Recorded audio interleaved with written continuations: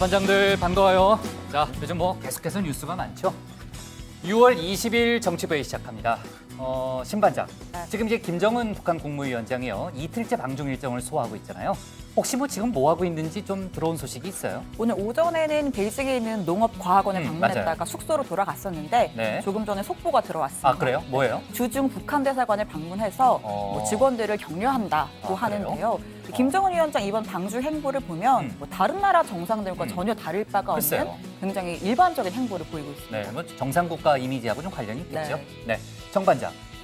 오늘 국회 최다선이죠. 자유한국당 서청원 의원이 갑작스럽게 당을 떠나겠다고 선언했네요. 예, 그동안 자유한국당이 위기에 있을 때마다 친박 청산이 화두였죠. 맞아요. 그때마다 서청원 의원의 탈당 요구가 많았는데 네. 버티고 있다가 드디어 탈당을 했습니다. 본인이 스스로 나가겠다고 한 거죠? 왜 탈당을 했는지에 대해서 제가 이따가 좀 조금 이따가 설명해줘요. 설명해 네, 드리겠습니다. 좋습니다. 우리 들어가서 얘기 좀 이어갑시다. 갑시다.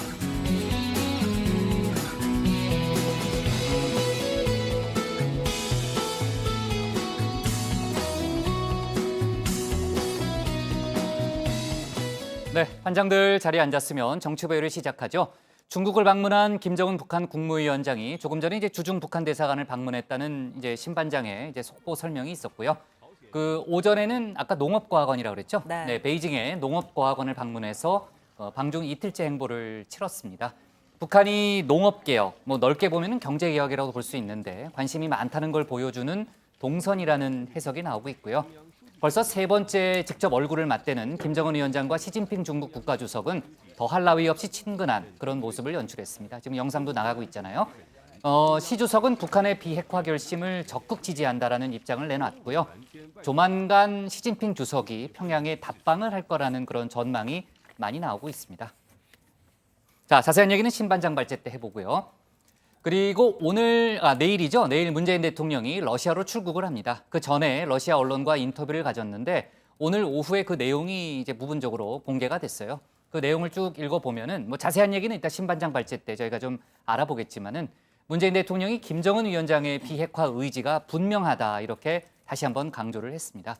김정은 위원장에 대한 개인적인 평가도 내놨던데 젊은 나이에도 불구하고 솔직 담백하고 침착했다. 연장자를 배려하는 예의 바른 모습도 보여줬다 이렇게 얘기를 했고요.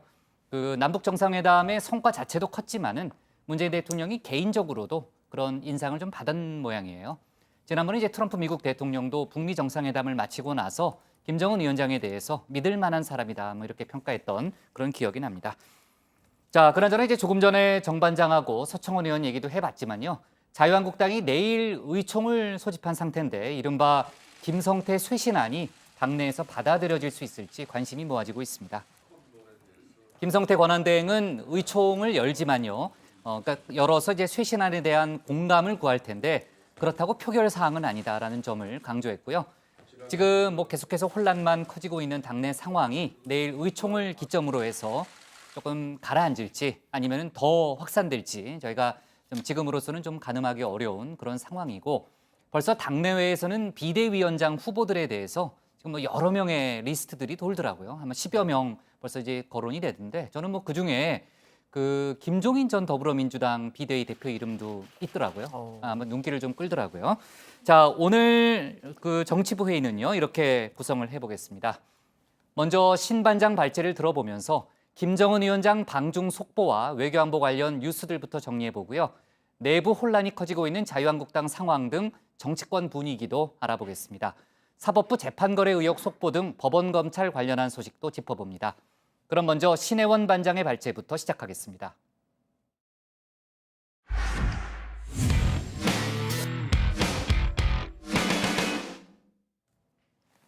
석 달 새 벌써 세 번째죠. 세 번째 만남을 가진 북중 정상이 한반도 미래를 열어가는 여정에서 긴밀히 협력한다는 데 뜻을 모았습니다.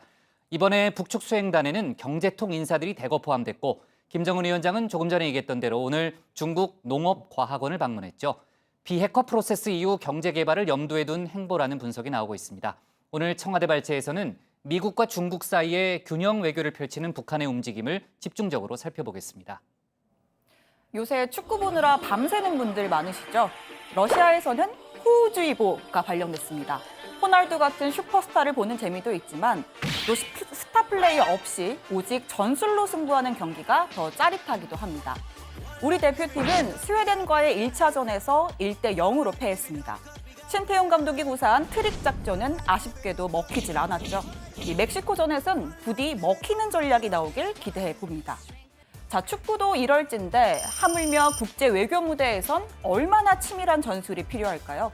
올해 첫 데뷔전을 치른 김정은 위원장은 세계 최강팀에 맞서기 위해서 이른바 등거리 균형 외교 전략을 선택했습니다.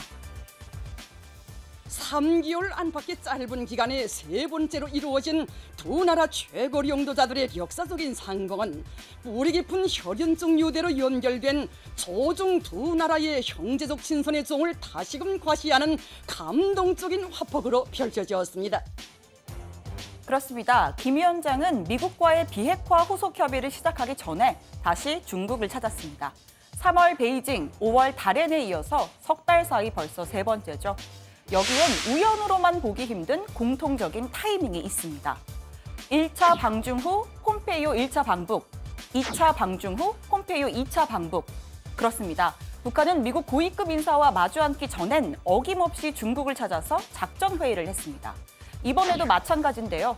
폼페이오 장관은 비핵화 후속 협상을 위한 세 번째 방북을 예고했습니다. There's a great deal of work to do. We still have to flesh out all of the things that underlay the commitments that were made that day in Singapore. 김정은 위원장은 어제 시진핑 주석과 북미 정상회담 결과를 논의한 뒤에 인민대회당 연설 무대에 올라서 북중 간 전략적 협동을 강조했습니다. 경의하는 최고리 용도자 동지께서는 사회주의를 수호하고 조선반도와 지역의 새로운 미래를 열어나가는 역사적인 여정에서 중국 동지들과 한 참모부에서 긴밀히 협력하고 협동할 것이며 시 주석도 화답했습니다. 비핵화를 실현하려는 북한의 결심을 적극 지지한다면서 중국도 계속해서 건설적인 역할을 할 것이라 말했습니다. 사실 북한과 중국은 서로가 꼭 필요한 상황입니다. 북한 입장에선 중국을 우군으로 확보해 대미 협상력을 강화할 수 있고 또 대북 제재 완화, 경제 지원 같은 도움을 받을 수도 있습니다. 중국은 한반도 문제에서 주도권을 놓치지 않는 데 온 힘을 쏟고 있습니다. 대규모 관세 부과 등 미-중 무역 전쟁에서 북중 우호 관계를 카드로 활용할 수도 있죠. 미국이 김정은 위원장 방중 소식에 예민한 반응을 보이는 것도 어찌 보면 당연합니다. We're watching it carefully. We're watching it closely. We are continuing communications with the North Korean government. We look forward to them following through on their commitments and agreements that they made last week at the summit. 김 위원장이 중국을 직접 찾은 데에는 미중 간 균형 외교 실현 외에도 두 가지 목적이 더 있습니다. 정상국가 면모 과시와 경제개발 모델 시찰입니다. 이번 김 위원장의 행보는 여타 해외 정상의 외교 행보와 별반 다르지가 않습니다. 열차가 아닌 전용기를 탔고 주중 대사관을 방문했고 또 공식 환영 행사엔 이설주 여사를 대동해 시 주석 내외와 마주섰습니다. 경의하는 최고리 용도자 동지와 리설주 여사께서 인민대회당에 도착하시자 습근평 동지와 팽디온 여사가 따뜻이 맞이했습니다. 경의하는 최고리 용도자 동지께서는 습근평 동지와 반갑게 인사를 나누시고 기념사진을 찍으셨습니다. 무엇보다 이 모든 행보를 거의 실시간으로 알렸습니다.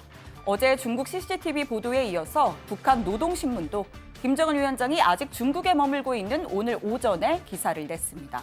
북미 정상회담을 계기로 외교에 자신감이 붙은 김정은 위원장이 정상국가의 면모를 과시하고 있다는 분석입니다. 이 마지막으로 경제 모델 시찰입니다.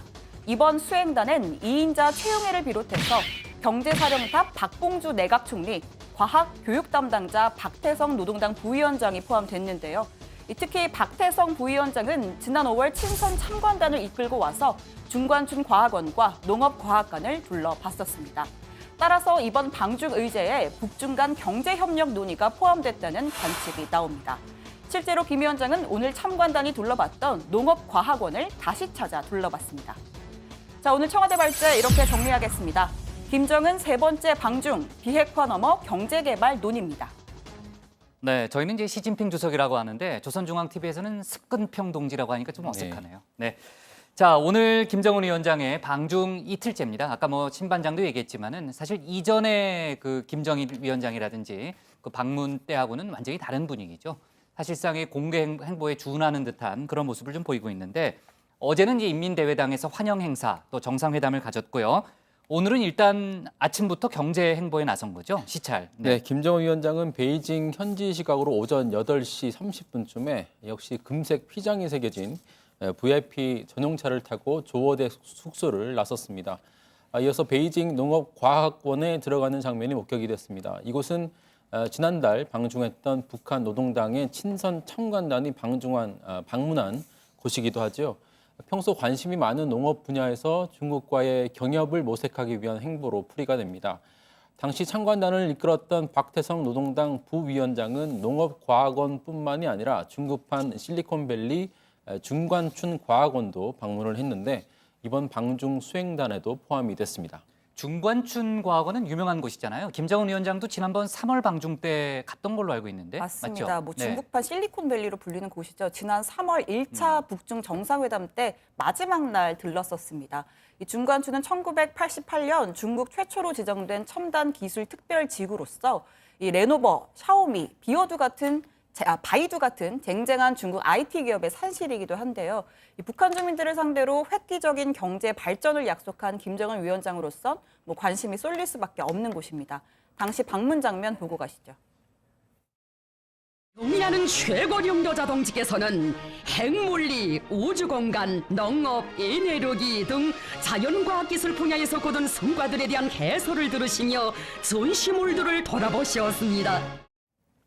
네, 당시 김 위원장은 중간춘 방문 후에 이설주 여사와 함께 시진핑 주석 내외를 다시 만나서 그 양위안 자리에서 오찬을 갖고 그 이후에 특별 열차를 타고 귀국했었습니다. 뭐 때문에 오늘도 뭐 중국을 떠나기 전에 뭐 현재는 주중 대사관을 찾았다고 알려졌는데 그 후에 시진핑 주석을 다시 만날 수도 있다. 뭐 이런 관측도 나오고 있습니다. 네, 아까도 잠깐 언급은 했지만요. 1, 2차 방문 때하고 다른 점을 좀 꼽자면은 이번 김정은 위원장의 수행원단에 경제통 인사들이 상당히 많이 포함돼 있다는 점을 들 수 있을 것 같고요. 지금 이제 비핵화 문제는 주로 이제 미국과의 협상이 진행되는데 이번에 이제 경제통 인사들이 많은 걸로 봐서는 중국하고는 그 비핵화 넘어서 경제개발 문제에 대한 논의를 많이 했을 거라는 예측이 나오죠. 그렇습니다. 이번 3차 수행단에 이 주목해야 될 사람 몇이 있습니다. 이 박봉주 내각 총리, 박태성 노동당 부위원장이죠. 박봉주 총리는 북한의 경제 사령탑으로 이 전략 노선인 경제 건설을 책임지고 있고요. 이 박태성 부위원장은 북한의 과학, 교육 분야를 책임지고 있습니다. 자, 1, 2차 방중 때는 이용호 외무상, 최선희 부상 뭐 이렇게 미국 통이 주를 이뤘는데 맞아요. 이번에는 2인자인 최용해와 함께 경제 담당자들을 이렇게 데려가면서 아마도 비핵화 이후에 개혁 개방을 논의하지 않았느냐 뭐 이런 지금 관측이 나오고 있죠. 네, 뭐 또 대북 제재 완화도 의제로 올랐을 수 있는데요. 미국과 달리 중국과 러시아는 북한의 비핵화 조치가 이행되는 과정에서 제재 완화도 논의될 수 있다는 입장입니다. 이에 따라 김 위원장이 안보리 제재뿐만 아니라 중국이 독자적으로 규제하고 있는 석유 등에서 물꼬를 터줄 것을 요청했을 수가 있어 보이고요. 다만 한국과 미국은 비핵화 실현 때까진 제재 해제를 논의할 상황이 아니라는 입장인데 어제 강경화 장관이 뉴스룸 인터뷰에서 관련 입장을 밝혔습니다. 들어보시죠. 그래서 안보리 제재가 충실히 이행이 돼야 된다 하는 점에 있어서는 중국도 전적으로 생각을 같이 하고 있다 하는 그런 의견 교환이 있었다는 얘기를 전해줬습니다. 그래서 대북 제재 문제를 지금 각국 차원에서는 뭐 생각을 갖고 있겠지만은 국제사회 차원에서 지금 제재 해제 문제를 논의할 상황은 아니라고 생각합니다. 네, 강경화 외교부 장관이 오늘 외신 기자들을 상대로 브리핑을 했죠, 맞죠? 했는데 그 어제 저희가 이제 다뤘던 한미 연합훈련 중단 문제가 아무래도 비중 있게 거론됐다고 제가 들었는데 뭐라고 설명을 했어요? 앞서 이 한미 국방부가 군사훈련 중단에 대해서 이 서스펜드 그러니까 유예라는 표현을 맞아요. 썼습니다. 어제 발표했잖아요. 예, 일단은 중단을 하겠지만 대화 국면에 차질이 생긴다면 뭐 언제든 재개할 수 있다 이런 입장이었죠. 오늘 강 장관도 같은 취지로 이야기를 했습니다. 들어보시죠. I think we've made it clear that this is a goodwill gesture to strengthen the dialogue momentum at this point, but they are not irreversible. They could quickly come back should we see the dialogue momentum losing speed or North Korea not living up to its denuclearization commitment.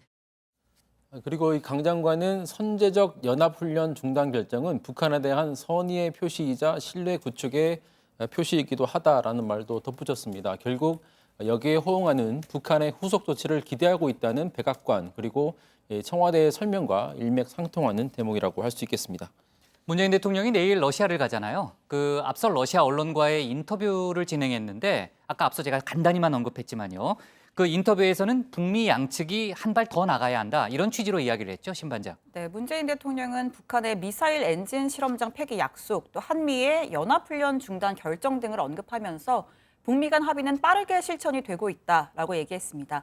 이어서 앞으로도 북미 간의 빠른 실무 협상이 시작되기를 바란다면서 북한은 더욱더 구체적인 비핵화 방안을 제시할 필요가 있고 또 미국은 거기에 상응하는 포괄적 조치를 신속하게 제시하면서 함께 실천해 나갈 필요가 있다고 말했습니다. 네. 조금 전에 이제 뭐 정 반장도 얘기했지만요. 어제 이제 한미 양국이 그 연합훈련 일시 중단, 이제 서스펜드라는 표현을 썼잖아요. 유예 조치를 발표를 했고요. 이제 공은 북한에 넘어갔다 이런 얘기를 어제 했었잖아요. 근데 이제 북한이 뭐 여러 가지 이제 후속 조치가 있겠지만은 그 중에 하나로 미군 유해 송환을 상당히 서두를 거다 이런 언론 보도가 미국에서 많이 나오더라고요. 그렇습니다. CNN이 이제 정부 관계자들을 인용해서 보도한 건데요. 빠르면 이번 주에 유해 송환이 이뤄질 수 있다 이런 보도를 했습니다. 북한 정부 관계자가 비무장지대 구역에 유엔군 사령부에 유해를 넘기면 DNA 검사, 신원 확인을 위해서 하와이 군사 시설로 넘길 예정이라는 거죠. 이 해당 관계자는 또 백악관이 이 과정을 위해서 직접 평양에 특사를 파견할 가능성도 있다 이렇게 설명을 했다고 합니다. 네, 문재인 대통령이 러시아 언론과의 인터뷰 내용을 조금 더 얘기해 보면요. 아까 이제 김정은 위원장이 그 베이징에 가서 경제 행보를 하고 있다는 얘기도 좀 했었는데 이번에 이제 문재인 대통령이 러시아에 가면요. 그 남북러 삼각 경제 협력을 논의할 가능성이 일단 높다고 지금 관측이 되잖아요. 그러니까 철도, 가스, 전기부터 시작하겠다 이런 얘기를 했죠. 네, 문재인 대통령은 앞으로 그 남북 평화 체제가 구축이 되면 한국과 러시아 간 협력에 북한이 참여할 수 있을 것이라면서 남북 철도가 연결이 되고 그것이 시베리아 철도와 연결이 되면 한국으로부터 유럽까지 철도로 물류 이동이 가능하다라고 했습니다. 또 가스의 경우 러시아 천연가스가 가스관을 통해 한반도로 공급이 되고 나아가 해저관들을 통해서 또 일본까지 공급이 될 수 있다면서 마찬가지로 전기도 동북아가 함께 협력할 수 있다라고 했습니다. 네, 그 문재인 대통령이 앞서 나인 브릿지인가요? 그런 구상을 밝혔던 게 기억이 나는데 이번에 좀 구체화될 수 있을까요? 네, 나인 브릿지 그러니까 9개의 다리라는 맞아요. 뜻인데요. 네. 한국과 러시아 사이에 가스와 철도, 항만, 전력 또 북극 항로 이렇게 9개의 다리를 놔서 양국 경제 협력을 증진하겠다 이런 구상입니다. 문 대통령은 한러 간의 경제 공동위원회가 활발히 가동이 돼서 이번 정상회담에서 9개의 다리를 위한 많은 양해각서를 체결하게 될 것이다라고 설명을 했습니다. 또 향후에 구체적인 행동 계획을 만들어서 오는 9월 동방경제포럼에서는 양국이 서명식도 가질 수 있을 것이라고 전망을 했습니다. 네. 자, 신혜원 반장이 이제 김정은 위원장이 이제 주중 북한 대사관을 방문했다는 속보를 얘기했는데 어때요? 지금 그 이후에 뭐 베이징을 출발했다든지 그런 얘기는 안 들어오고 있죠? 아직까지는 들리지 않고 있습니다. 네, 그럼 아직은 뭐 베이징이 있을 가능성이 좀 높아 보이고요. 그리고 그 대북 정책에 큰 변수가 안 됐으면 좋겠는데 지금 이제 미중 간의 무역 전쟁 이게 갈수록 좀 심각해지는 분위기잖아요. 네, 그렇습니다. 지금 뭐 상황이 거의 점입 가경이다라고 해도 과언이 아닌데요. 먼저 트럼프 대통령이 500억 달러 규모의 중국산 제품에 25%의 관세 폭탄 부과하겠다고 얘기를 했고 또 추가로 2천억 달러 규모의 중국 수입품에도 10%의 추가 관세를 검토하겠다라고 했습니다. 또 중국은 보복 관세를 예고했습니다. 미국의 에너지 사업을 대상으로 역시 관세 폭탄을 부과할 거란 관측이 나오는데 뭐 이런 주고받기 속에서도 백악관의 입장이 꽤나 강경합니다. 피터 나바로 백악관 무역제조업 정책국장은 지난해 중국의 대미 수출이 미국의 대중국 수출보다 1,300억 달러 이상 많다면서 트럼프 대통령의 의지는 강경하고 우리보다 중국이 잃을 게 훨씬 더 많다라고 얘기했습니다. 네, 지금 이제 그 나바로 국장이 한 얘기를 트럼프 대통령도 똑같이 하더라고요. 이제 끝까지 가보자라는 얘기를 좀 하던데. 자, 그나저나 이제 조금 전에 얘기했지만 어제 이제 중국 CCTV가 김정은 북한 국무위원장이 1박 2일간의 일정을 보낼 거다라고 얘기했기 때문에 김정은 위원장이 오늘 저녁에는 아마 평양으로 돌아갈 가능성이 높습니다. 아직 저희 회의 때 혹시 속보가 들어오면은 뭐 추가 일정이 확인된다든지 그럼 다시 한번 얘기를 해보는 걸로 하고요. 오늘 청와대 발제는 이렇게 정리할게요. 문 대통령 철도, 가스, 전기부터 남북러 협력으로 정리하겠습니다. 다음은 정강현 반장의 발제를 들어보겠습니다.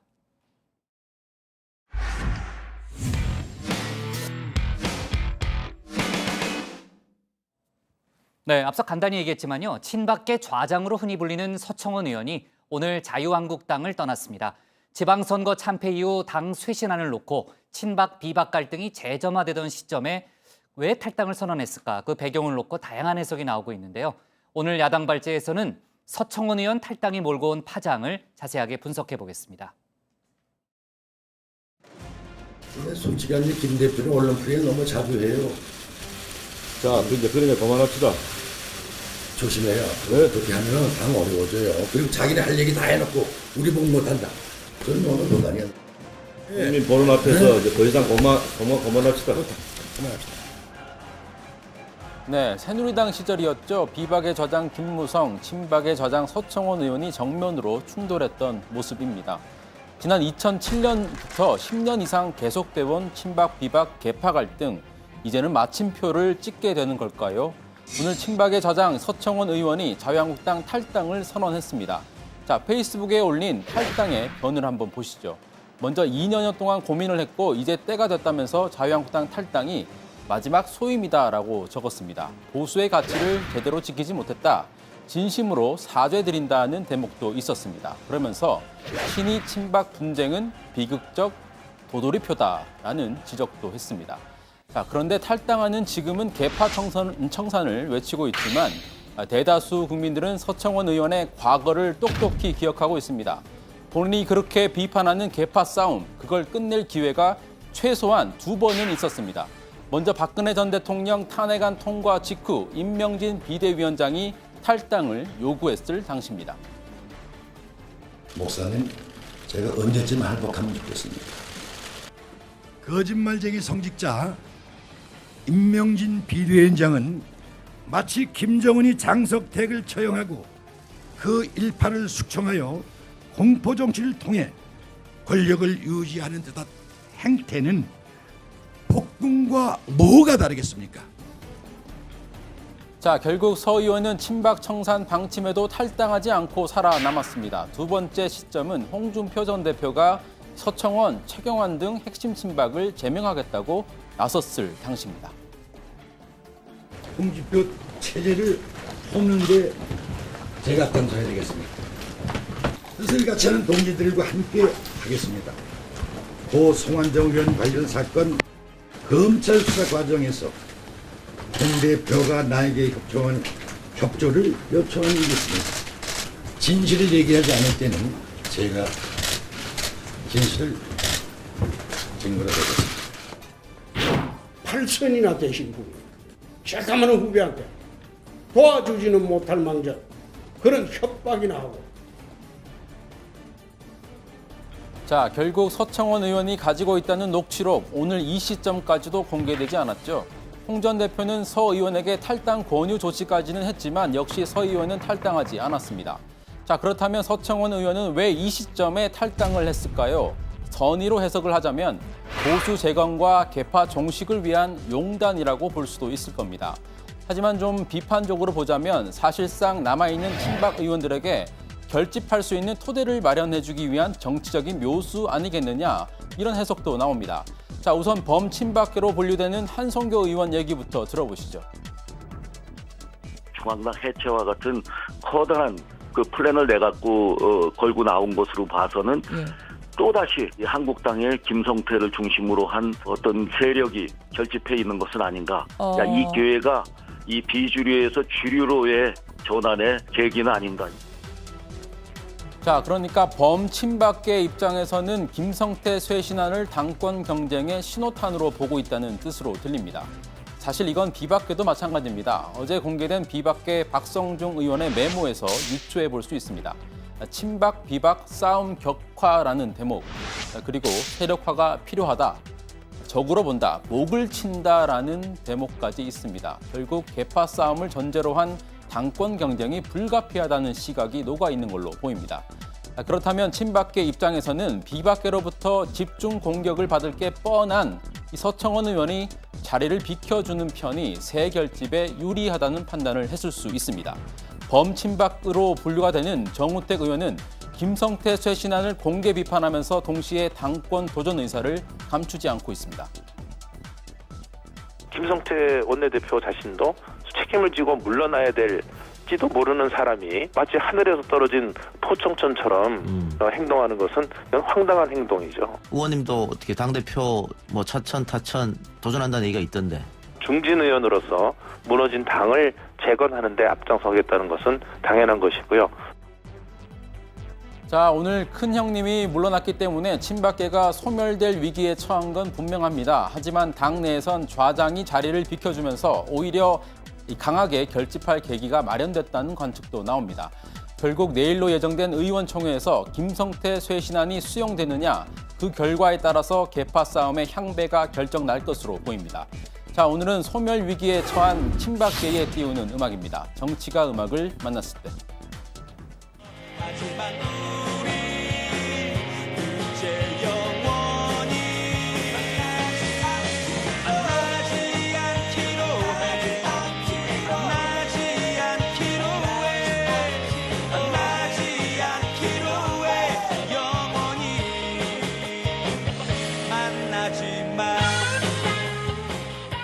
네, 달빛요정 역전 만루 홈런에 만나지 않기로 해입니다. 새삼스레 뜻을 풀어보자면 친박은 친박근혜라는 뜻입니다. 박 전 대통령이 구치소에 있는 마당에 친박이란 이름 자체가 모순이란 지적도 나옵니다. 친박 좌장이 오늘 당을 떠났습니다. 다시는 친박계란 이름으로 만나지 말라는 게 이번 지방선거 결과에 담긴 민심이기도 합니다. 오늘 야당 기사 제목은 서청원 탈당, 친박 소멸 신호탄입니다. 서청원 의원 탈당에 따른 자유한국당 내부 분위기는 조금 뒤에 해보는 걸로 하고요. 오늘 있었던 이제 국회에서 있었던 고위 당정청 회의 속보부터 좀 짚어보고 갈게요. 일단 여러 가지 내용이 논의가 됐는데 그중에서 가장 주목할 만한 내용 중에 하나는 그 근로시간 단축 관련해서요. 6개월간의 처벌 유예 기간을 두기로 한 부분이죠. 신반장. 네, 그렇습니다. 당장 7월 1일부터 300인 이상 사업장은 주당 52시간으로 근로시간을 단축해야 하는 상황이었는데 경총 측에서 준비가 안 된 사업장이 많아서 좀 우려가 된다라는 입장을 정부에 전달했다고 합니다. 이낙연 국무총리가 모두 발언에서부터 이 부분을 적극 검토할 필요가 있다고 밝혔는데요. 우선 직접 들어보시죠. 어제 경총이 근로시간 단축에 관해서 6개월 동안 단속과 처벌을 유예해달라는 제안을 주셨습니다. 검토할 가치가 있다고 저는 보았습니다.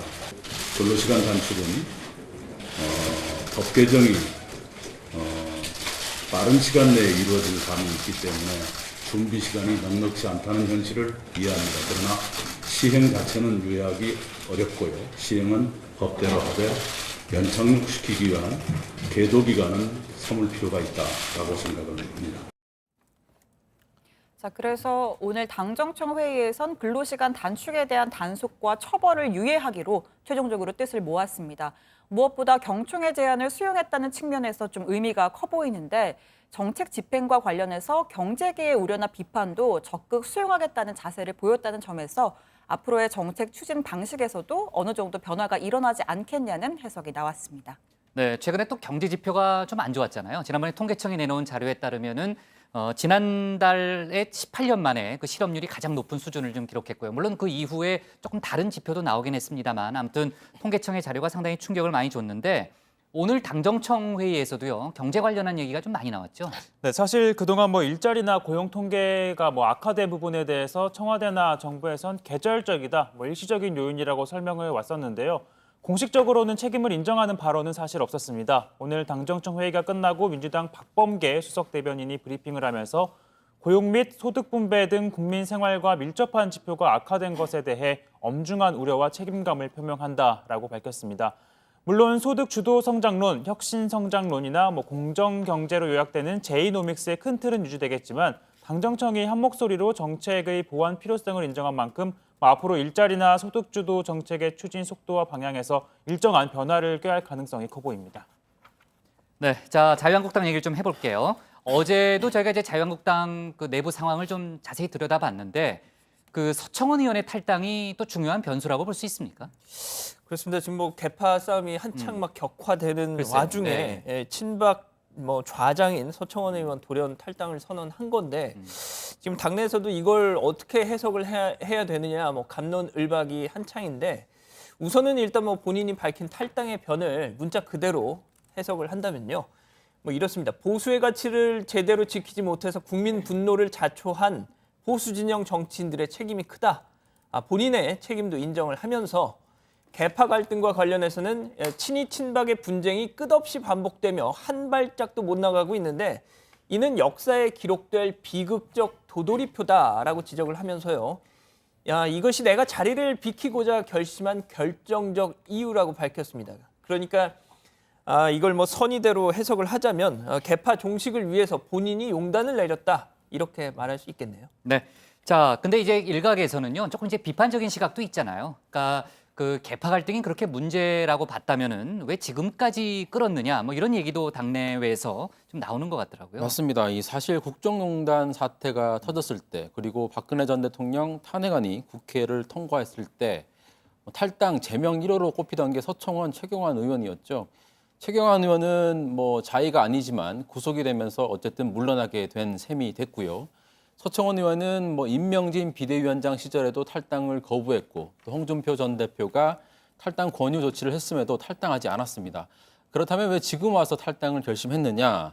본인이 밝힌 대로 보수를 위한 용단일 수도 있을 겁니다. 하지만 당내에서 특히 비박계 쪽에서는 자유한국당이 이 폭삭 망하면서 더 이상 정치적인 이익을 취할 게 없다 보니까 스스로 물러나는 것처럼 발을 뺀 것 아니겠느냐 이런 냉소적인 시선이 비박계 쪽에서는 나오고 있습니다. 네, 물론 이제 서청원 의원이 무슨 저희 반장들처럼 좌장 이런 걸 갖고 있는 건 아니죠. 하지만 보통 이제 친박계의 좌장, 맏형 이런 얘기로 우리가 보통 부를 수 있잖아요. 그 정도의 영향력을 갖고 있다고 볼 수 있는데 지금 이제 김성태 쇄신안을 놓고서 친박 비박 간의 갈등이 지금 막 극대화되려는 그런 순간에 이제 친박계 좌장이 물러난다. 그게 좀 과연 고지고대로 해석할 수 있을까라는 게 그 비박계 의견이라는 거잖아요. 네, 비박계 일부에서 이런 얘기가 나옵니다. 추후 당권 경쟁을 앞두고 현재 친박, 비박 갈등이 벌어지게 뻔한 상황인데 여기서 서 의원이 정치적인 묘수를 던진 게 아니냐는 거죠.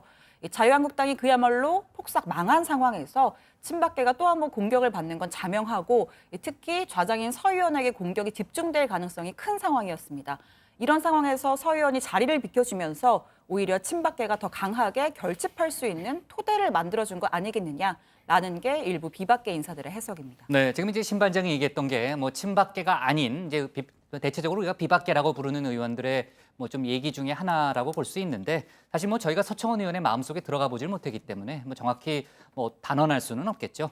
일단은 서 의원 본인이 밝혔던 탈당의 변 그대로 이해하는 수밖에 없는 거 아니에요? 네, 그래서 저는 이 탈당의 변에 나온 보수의 가치를 제대로 지키지 못해 국민의 분노를 자초한 보수 진영 정치인들의 책임이 크다라는 대목에 주목을 해봤습니다. 전적으로 내 책임이다가 아니라 보수 진영 정치인들의 책임이 크다라고 했습니다. 자신뿐만이 아니라 다른 중진들도 책임을 져야 한다라는 뜻이죠. 구체적으로는 비박계 중진을 겨냥한 발언 아니겠는가 그런 생각이 드는데 어쨌든 서 의원이 탈당을 하면서 비박계 중진들도 이선 후퇴 압박을 받을 수밖에 없는 상황이 됐습니다.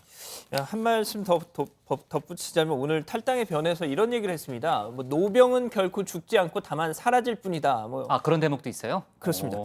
그러니까 정계 은퇴가 아니라 이제 탈당을 택했기 때문에 서 의원 정치 생명 완전히 끝났다고는 말할 수 없는 거죠. 그러니까 서 의원 말처럼 정치적으로 죽은 건 아니고 어떤 면에서는 사라지지도 않았습니다. 지금 차기 국회의장 선출이 계속 원구성이 안 돼서 미뤄지고 있는데 계속 이 상태로 가면 다가오는 재헌절 기념일에 국회 최다선인 8선의 서청원 의원이 임시 국회의장으로서 경축사를 발표하게 되죠. 네. 자, 그리고요. 지금 바른미래당이 어제부터 1박 2일간의 의원 워크숍을 갖잖아요. 그러니까 오늘 끝나는 날인데 좀 성과가 있었답니까? 네, 일단 뭐 워크숍을 마치고 성명서는 발표를 했습니다. 성명서가 나왔어요? 네, 통렬하게 반성하고 성찰에 거듭나겠습니다라는 성명서를 발표했는데 우선 6.13 지방선거에서 당의 가치와 지향점을 분명하게 제시하지 못한 채 스스로 국민의 외면을 자초하고 말았다며 반성을 했고요. 관심을 모았던 당의 이념 정체성과 관련해서는 바른미래당은 합리적 진보와 개혁적 보수가 공존하는 새로운 정당이라고 규정을 하고 탈이념 민생정당으로 이념과 진영이 아닌 정책으로 말하고 실천하겠다라고 했습니다. 사실 이번 워크숍에 당의 양대 축인 안철수 전 후보와 유승민 전 대표가 불참을 했죠. 이런 가운데 창당 당시 통합선언문에 없었던 합리적 진보라는 말이 성명에서 명시가 됐는데 이 때문에 향후 유승민계와 안철수계의 갈등이 더 깊어질 거란 관측도 나오고 있습니다. 네, 공동 성명서, 성명서는 발표가 됐지만은 지금 이제 최 반장 얘기대로 갈등은 여전히 잠복해 있다 이렇게 좀 볼 수 있겠네요. 자, 오늘 야당 기사 제목은요 이렇게 잡을게요. 서청원 탈당, 보수 진영 정치인들 책임 크다로 잡겠습니다. 다음은 양원보 반장의 발제를 들어보겠습니다.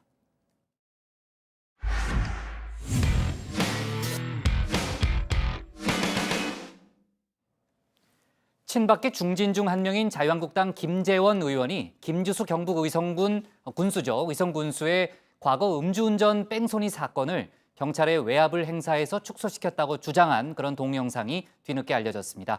그런데 더 황당한 것은 이 같은 사실을 다른 사람도 아닌 김 의원 본인이 스스로 자랑하듯이 공개했다는 거죠.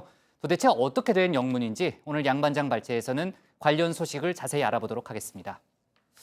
네, 그렇습니다. 지금으로부터 4년 전, 그러니까 2014년 3월 23일이었습니다. 경북 의성군수 출마한 당시 새누리당 김주수 후보 선거사무소 개소식이 열렸죠. 자, 경북 의성 지역구 의원인 김재원 의원도 이날 이렇게 참석을 했습니다. 자, 친박 핵심으로서 박근혜 정권 실세 중 실세였던지라 정말 속에도 이렇게 요란스러웠습니다. 새누리당의 핵심 브레인이시며 우리 의성의 큰 기둥이십니다. 여러분, 김재원 국회의원님 소개해드리겠습니다. 큰 박수로 맞아주시기 바랍니다. 자, 김재원 의원 농림부 차관 지낸 김주수 후보 얼마나 덕망이 높고 얼마나 준비된 후보인가를 쭉 설명합니다. 김주수, 자, 이번에 만들어 주시랍니까?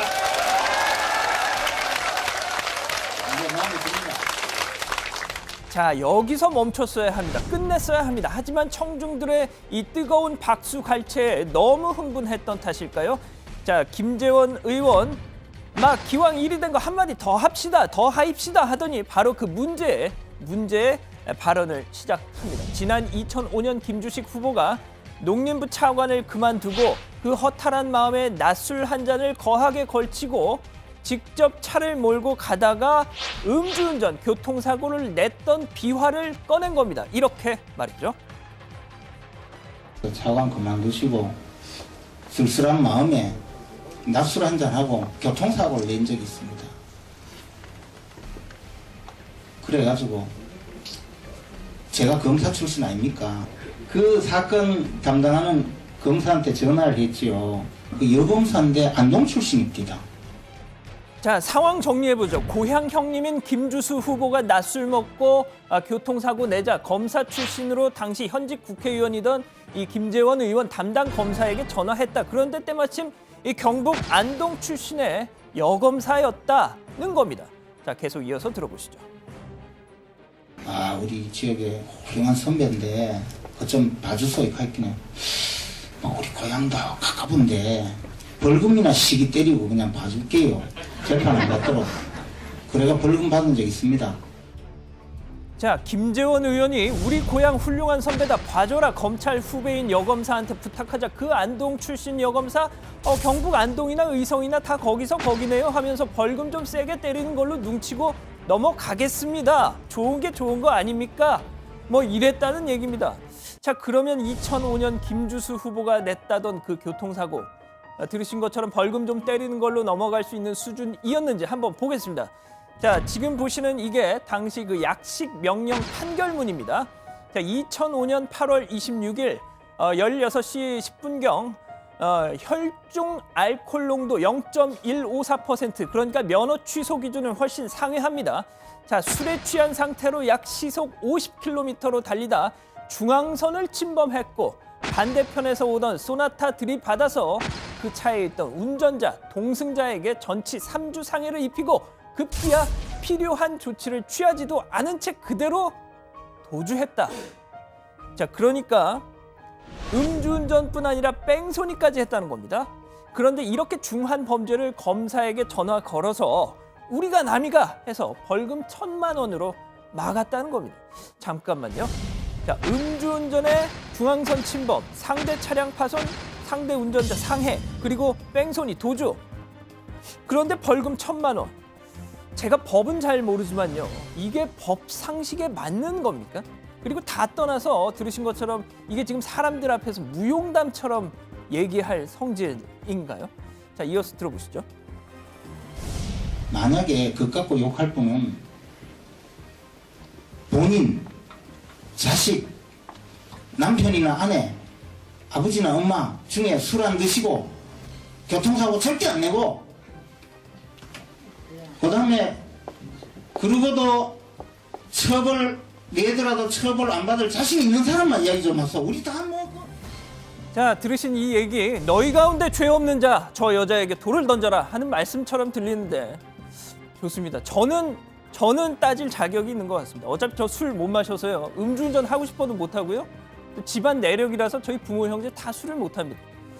자, 이게 지금 뭐 하는 걸까요? 더군다나 니들도 다 그러잖아. 선수끼리 왜 이래 하면서 괜한 걸로 시비 걸지 말라라는 투로 이게 말할 문제입니까? 자, 더 황당한 게 있었습니다. 이날 개소식엔요.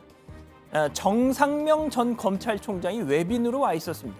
자, 김재원 의원 본인과 김주수 후보에 더해서 정상명 전 총장까지 이른바 팀킬을 시도합니다. 이렇게 말이죠. 우리 다 뭐 그 음주운전 안 한 분 하면 총장님도 음주운전 하시겠군요. 뭐 그 정도 가지고 시비 걸 깁니까? 임마 일촌. 자, 그렇습니다. 괜히 가만히 있던 정상명 전 총장까지 끌어들여서 음주운전 그까이 거 뭐 대수냐? 뭐 이런 식으로 얘기를 합니다. 정말 부디 그냥 허풍이었기를, 사실이 아니었기를 바랍니다. 아직까지 이 문제에 대해서 김재원 의원 입장 명쾌하게 나오고 있지 않습니다. 맞다 틀리다 빨리 답을 주셨으면 좋겠네요. 자, 오늘 준비한 소식 여기까지입니다.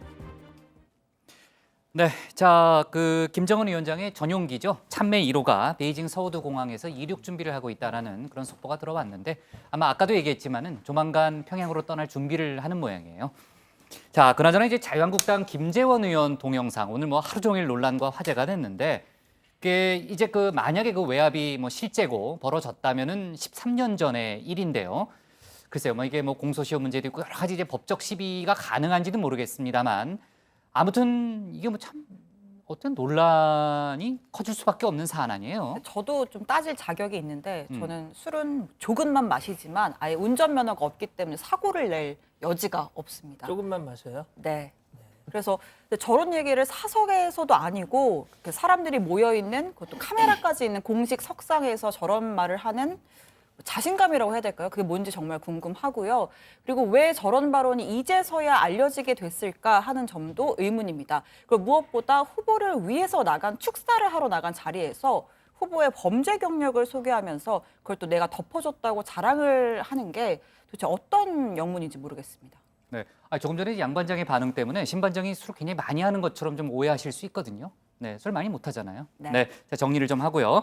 자, 그나저나 김재원 의원 측의 입장이 나왔어요, 최 반장. 네, 일단 김재원 의원실 측에서는 뭐 입장은 따로 없다. 군수 후보자 사무실에서 지역 국회의원이 가서 덕담한 것 이상도 그 이하도 아니다라는 입장을 냈습니다. 사실 뭐 이렇게 말은 하지만 당 뭐 상황도 안 좋은 만큼 내부적으로는 무척이나 좀 곤혹스러워한다는 얘기도 들리고 있습니다. 그렇다면은 아까 이제 언급됐던 김주수 의성 군수 후보 지금은 어떤 신분이에요, 최 반장? 네, 뭐 이번 지방선거에서 자유한국당 후보로 출마를 했고요. 대선 도전을 한 건데 뭐 경북에서는 지금 자유한국당이 다 뭐 구미를 제외하고는 이제 자유한국당이 이제 기초단체장에 뽑혔는데 이번에도 60%를 득표해서 당선이 됐습니다. 한창 재선의 기쁨을 누리고 있을 상황인데 4년 전 동영상이 공개가 돼서 역시 좀 곤혹스러운 처지가 아닐까 싶습니다. 네, 아까 이제 양 반장이 그 1,000만 원 벌금에 대해서 좀 따져봤는데 특히 이제 뺑소니 문제가 있잖아요. 음주 상해에 뺑소니 문제까지 걸려 있기 때문에 그 벌금 액수가 합당한 거예요. 벌금 자체가 또 합당한 겁니까? 제가 뭐 법률가는 아니어서 교통 전문 변호사한테 한번 물어봤는데요. 검사가 좀 터무니없이 봐줬다라는 의견을 내더라고요. 피해자와 합의가 없었다면 구속이 될 수도 있고 합의를 봤다면 그렇다고 해도 음주 상해 뺑소니 3종 세트라면 집행유예는 받는 게 정상이었다라는 의견이었습니다. 요즘은 단순 음주운전이라도 몇백만 원 벌금이 나옵니다. 그러고도 1,000만 원 벌금이었다는 건 일반인들로서는 상상할 수 없는 일이라고 합니다. 네, 일단 김재원 의원의 일방적인 얘기이기 때문에 글쎄요, 그 상대 여검사 얘기를 어느 정도 저희가 해야 될지는 잘 모르겠습니다만은 일단 그 김재원 의원의 그 발언에서 언급됐던 안동 출신 여검사 저희가 짐작할 수 있는 사람입니까? 추적이 가능해요? 권모 검사로 알려져 있고요. 당시에는 수원지검에 있었다고 하고 지금도 지방검찰청에 재직하고 있다고 합니다. 네, 좋습니다. 관련해서 본인이 입장을 낸다거나 그러면은 저희가 다시 한번 좀 다뤄보는 걸로 하고요. 자, 그나저나 이제 어제 나온 소식인데요.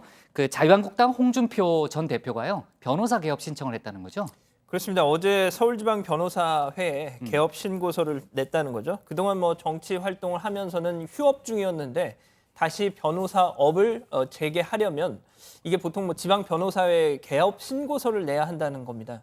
근데 홍준표 전 대표 따로 무슨 변호사 사무실을 마련하거나 그런 건 아니고 자신의 집을 그 주소지로 해서 서류를 냈다고 합니다.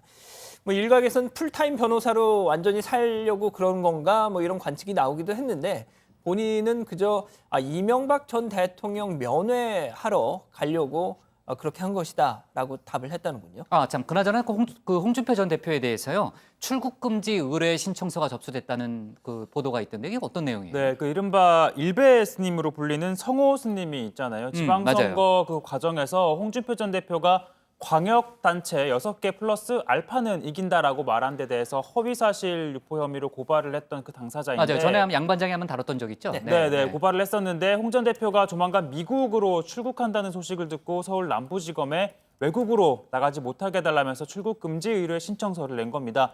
사실 검찰이 이걸 받아줄지는 모르겠지만 아무튼 홍 전 대표 입장에서는 유쾌하지는 않을 수 있겠죠.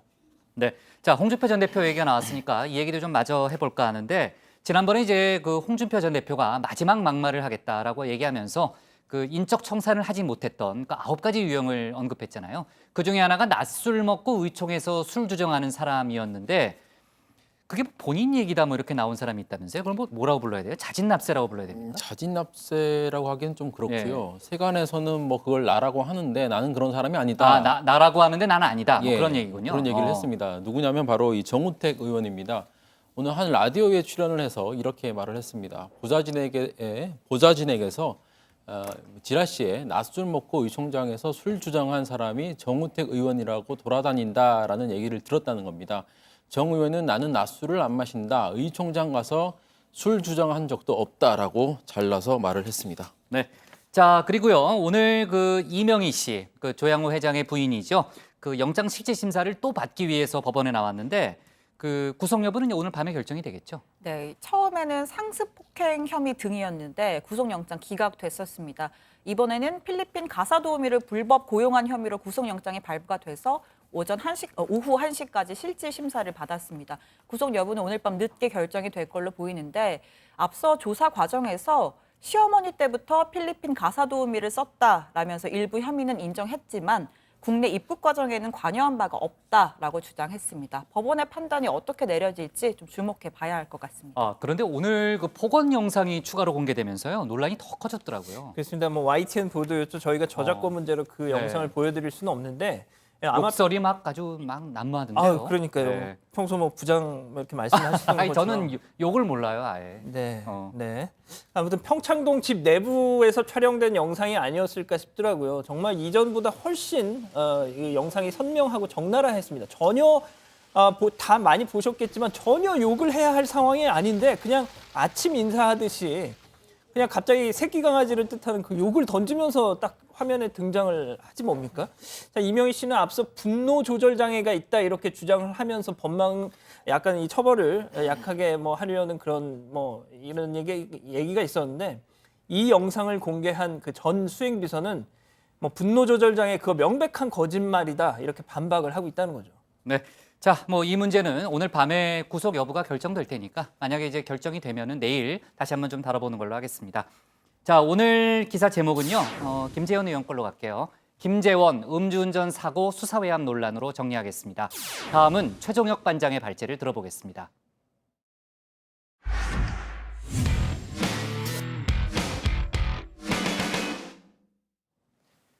검찰이 사법부의 재판거래 의혹 관련해서 컴퓨터 하드디스크 전체를 제출해달라고 요청한 데 이어서 내일은 첫 고발인 조사가 이루어지는 등 수사에 속도가 붙고 있습니다.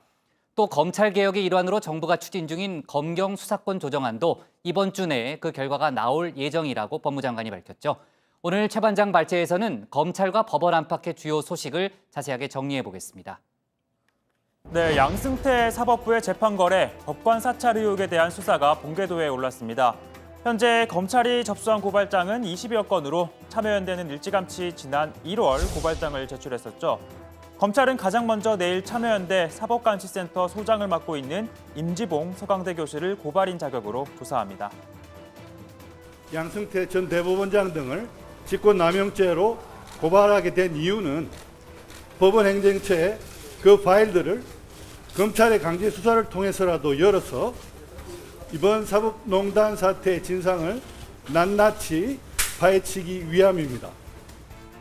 이 고발장이 접수된 1월 이후 5달 동안 대법원 특별조사단은 410개의 문건을 확보했고요. 이 가운데 98개가 공개가 됐습니다. 재판거래 법관 사찰 정황이 더 뚜렷해졌다며 시민단체와 재판 당사자들의 고발장이 쏟아졌습니다. 검찰은 18일 이 사건을 서울중앙지검 특수 1부에 재배당해 본격적인 수사에 착수를 했죠. 그리고 배당 하루 만인 19일 대법원에 하드디스크 원본을 제출하라고 요청했습니다.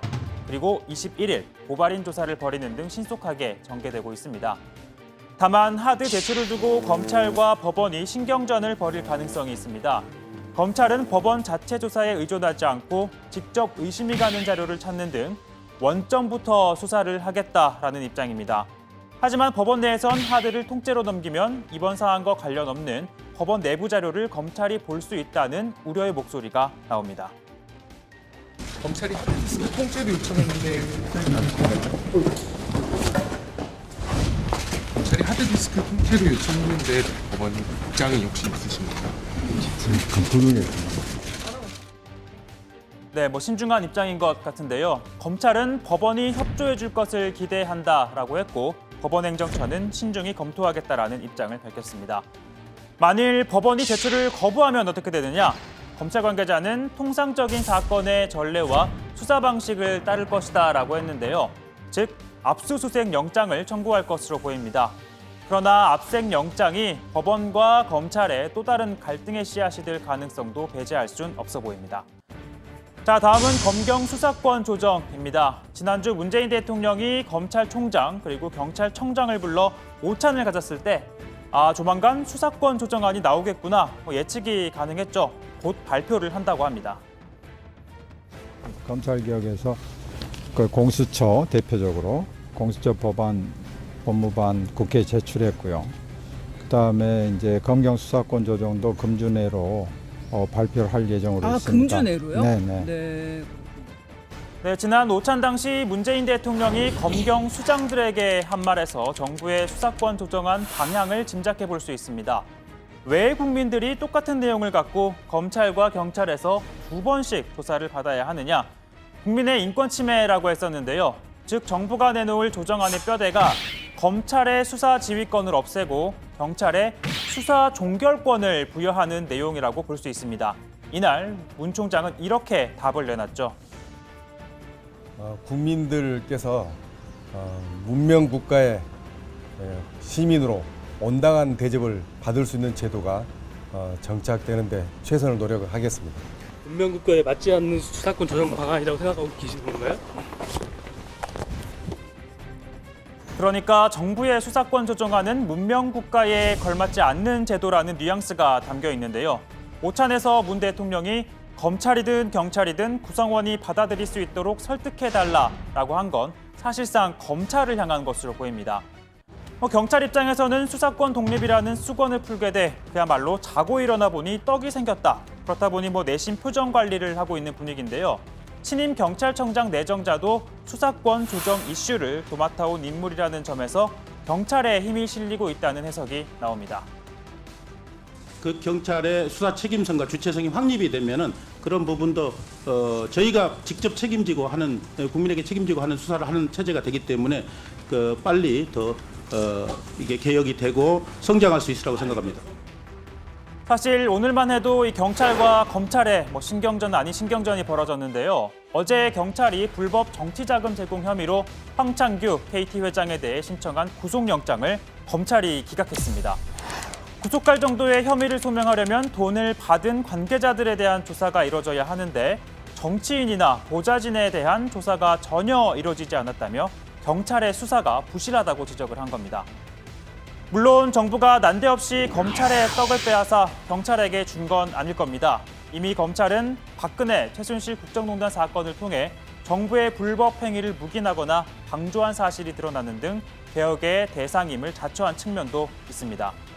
검찰 고위급 인사도 이를 보여주고 있는데요. 검사장 승진과 동시에 임명된 윤대진 검찰국장. 세월호 수사 당시 해경 서버 압수수색을 두고 우병우 전 수석과 갈등을 빚었던 인물이죠. 참여정부 청와대 민정수석실 특별감찰반장을 지냈는데 당시 민정수석이 바로 문재인 대통령입니다. 자, 오늘 발제 이렇게 정리해보겠습니다. 공개도 오른 재판거래 의혹 수사, 검경 수사권 조정안 발표 임박입니다. 네. 물론 이제 황창규 KT 회장의 영장을 기각한 게 검경 수사권 조정하고 직접적으로 관련이 있다. 저희가 이게 단정하기는 어렵겠죠. 하지만 그렇게 보는 시각도 있다라는 관련성이 있다라고 보는 시각도 있다 정도로 정리하고요. 자, 지금 이제 사법부 재판거래 의혹 수사가 상당히 빨라지는 이제 그런 모습을 보이고 있는데 검찰이 이제 통상적인 절차를 따르겠다고 했으니까요. 일단 소환 조사 또 압수수색의 절차가 이제 이어질 건데 소환 조사 관련해서는요. 법원이 책임을 물어서 재판에서 배제한 법관들이 영순위가 될 거다. 이런 전망이 나오죠. 예, 김명수 대법원장이 이번 사건과 관련이 있는 법관 13명에 대해서 징계 절차에 착수를 했고요. 이 가운데 일부는 재판에서도 배제했다고 밝혔습니다. 그러니까 재판에서 배제를 할 정도면 대법원 스스로도 의혹에 관여한 정도와 책임이 크다라고 판단을 한 것으로 보입니다. 검찰 입장에서는 법관이 재판을 하는 현직이라면 조사를 하기에 다소 부담스러울 수 있는데 현직에서 배제가 되면 다소 자유로울 수 있기 때문에 우선순위로 이 배제된 재판관들을 수사 선상에 올릴 것으로 보입니다.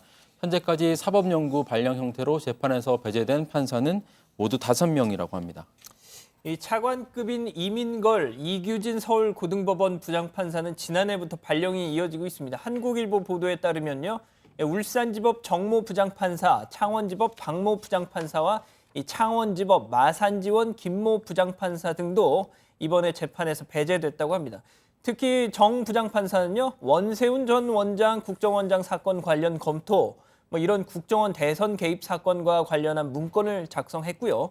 양승태 전 대법원장이 박근혜 전 대통령과의 면담을 앞두고 대통령 국정 운영을 뒷받침하려 노력한 판결 목록이 담겼던 현안 관련 말씀 자료를 작성한 당사자이기도 합니다. 자, 검찰은 문건을 왜 작성했는지, 최종 보고는 누가 받았는지, 실제로 문건 내용이 실행이 됐는지 이런 여부 등을 확인할 걸로 보입니다.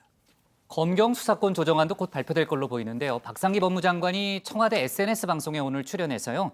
이번 주 안에 발표가 될 거다 그렇게 밝혔죠. 네, 또 지난주에 문 대통령이 법무부 장관, 행안부 장관, 또 검찰총장, 경찰청장과 오찬을 하면서 이 수사권 조정과 관련해서 얘기를 나눈 만큼 조만간 정부안이 나올 걸로 보였었는데 아예 박상기 장관이 이번 주라고 얘기를 했으니 내일이나 모레 중에는 발표가 될 걸로 보입니다. 큰 틀에서는 검찰개혁의 일환으로 검찰의 수사 지휘권을 없애고 검찰의 수사 종결권을 부여하는 내용이 될 것으로 보입니다. 네, 검찰 권한이 대폭 축소가 될 가능성이 큰 만큼 조정안이 나오고 또 정부안이 국회로 넘어가 입법 논의가 이루어진다면 검찰에서도 적지 않은 반발이 예상이 됩니다. 과거 노무현 정부 때는요, 대검 중수부를 폐지하려고 하자 당시 송광수 검찰총장이 차라리 내 목을 쳐라 이렇게 반발을 했었고, 이명박 정부에서는 수사지휘권 관련 합의안이 검찰 뜻에 반해 수정이 되자 김준규 당시 총장이 사퇴를 했었습니다. 특히 검찰에서는 경찰이 수사 종결권을 가지게 되면 만일 경찰이 불기소 결정으로 사건을 종결을 할 경우 사건이 덮여버릴 가능성이 있다라고 주장을 하고 있는데, 그러니까 현재는 경찰이 기소 의견으로 송치한 사건을 검찰이 불기소하거나 반대로 경찰의 불기소 의견 사건을 검찰이 기소를 할 수 있습니다. 그러면 이게 조정안에 따르면 이게 불가능해지기 때문에 경찰권 남용과 오류를 바로잡을 수 없게 된다는 주장을 펼치고 있습니다. 정반장, 박상기 네. 법무장관이 또 다른 사안에 대해서 언급한 건 없어요? 예, 최근 범죄 연령이 낮아지고 있어서 소년법 폐지 등을 요구하고 있는 여론이 있죠. 여기에 대해서 박 장관이 소년법 폐지는 문명 국가에서는 상상할 수 없는 일이다라면서 연령 조정이 필요하다는 생각은 해볼 수 있겠지만 소년법 자체를 폐지하는 건 어려운 일이다라는 입장을 밝히면서 반대했고요. 또 성범죄 관련 법령들이 여러 개로 흩어져 있는 데 대해서는 법무부 안에서 개선해야 할 필요성이 있지 않나 생각한다라고 했습니다.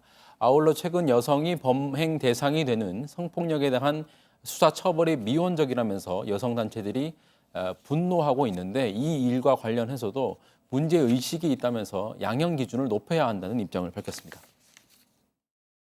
가정폭력이나 그런 그 사귀는 사이에서의 그 폭력이라는 것은 지속적이거든요. 그래서 일반 폭력보다는 오히려 더 무겁게 처벌을 해야 될 부분인데 그게 이루어지지 못하고 있고, 그래서 최근에 제가 이제 법무부에서 대법원 그 양형위원회에다가 네.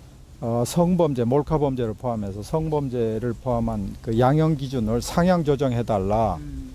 그래서 그 건의서를 작성을 해가지고 양형위원회 보냈습니다. 예. 네, 자 드루킹 특검 속보도 좀 간단히 짚어보면요. 특검팀이 검찰과 경찰로부터 수사 기록을 넘겨받았는데 5만 쪽에 달한다면서요? 그렇습니다. 경찰에서 한 2만여 쪽이고요. 그리고 또 검찰에서 3만여 쪽, 이렇게 해서 5만여 쪽의 수사 기록을 넘겨받았다고 합니다. 특검팀이 이미 재판에 넘겨진 드루킹 등의 이 공소 사실 이외에 범죄 혐의를 우선 들여다본다는 이런 큰 방침을 정하고 기록을 검토하고 있는데, 다만 공식 수사 개시를 일주일 남겨놓은 오늘까지도 수사 실무를 담당할 검사를 파견받지는 못했다고 하네요. 네. 자 그리고요, 이명박 정부 당시에 그 정부가 양대 노총을 무력화시키기 위해서 일종의 어용 노조를 만들려는 시도를 했다라는 부분을 어제 잠깐 얘기했었잖아요. 수사가 상당히 빨라지는 모양이에요. 네, 검찰은 MB 정부 시절 국정원이 노동계 분열을 유도하기 위해서 국민노총을 설립을 기획했다는 것으로 파악했습니다. 한국노총과 민주노총의 양대 구도를 깨겠다며 등장한 국민노총, 출범 당시에도 정부가 개입한 어용노조라는 의혹이 제기가 됐었는데, 이 검찰은 국민노총을 설립하고 조직원을 확보하는 과정에서 노동부가 국정원의 공작비 수억 원을 사용하고 또 이 과정에서 이채필 전 장관의 주도적인 역할을 한 것으로 보고 이 전 장관을 출국 금지했습니다. 네. 자 그리고 오늘 국내 최대 가상화폐 거래소죠. 빗썸이 해킹을 당해가지고 약 350억 원 상당의 피해를 입었다라는 소식이 떴는데, 이 내용은 조금 더 저희가 구체적인 내용까지 확인해서 내일 필요하면 다시 한번 얘기를 해보는 걸로 할게요. 자 오늘 기사 제목은요, 이렇게 정리하겠습니다. 박상기 검경 수사권 조정안 준의 발표로 잡겠습니다.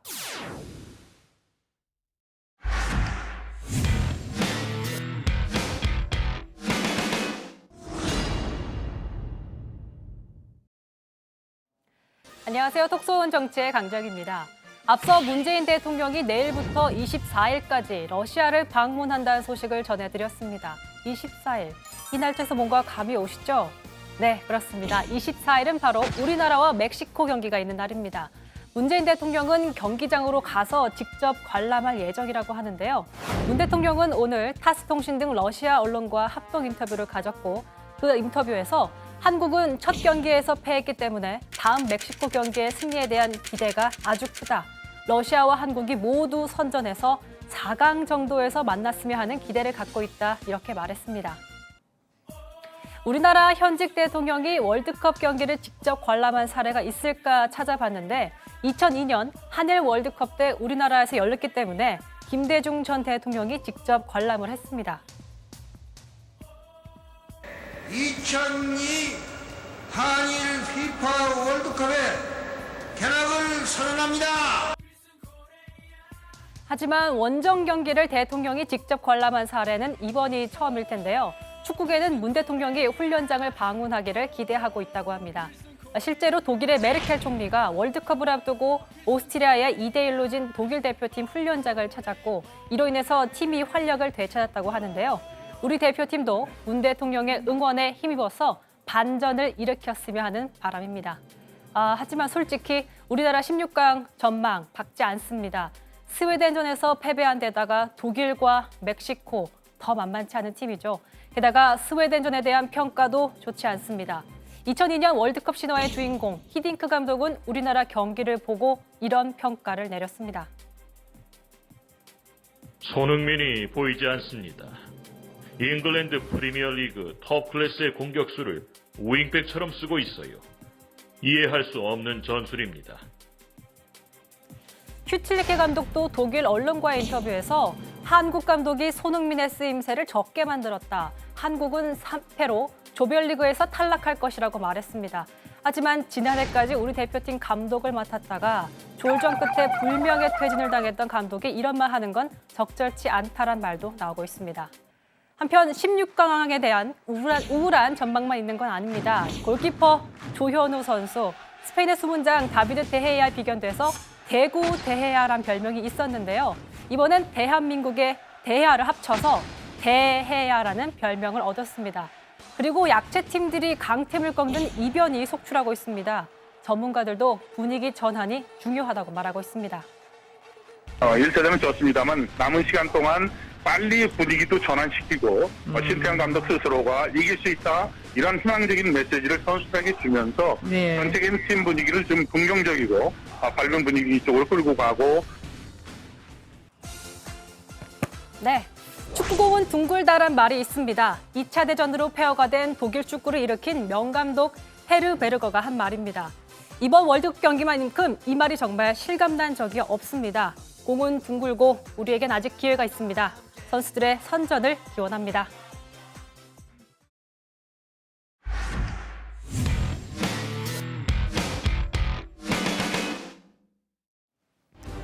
오늘 저희가 고른 한 컷은 익산 미륵사지 석탑 20년 만에 제 모습 찾아옵니다. 국내에서 가장 크고 또 가장 오래된 석탑이죠.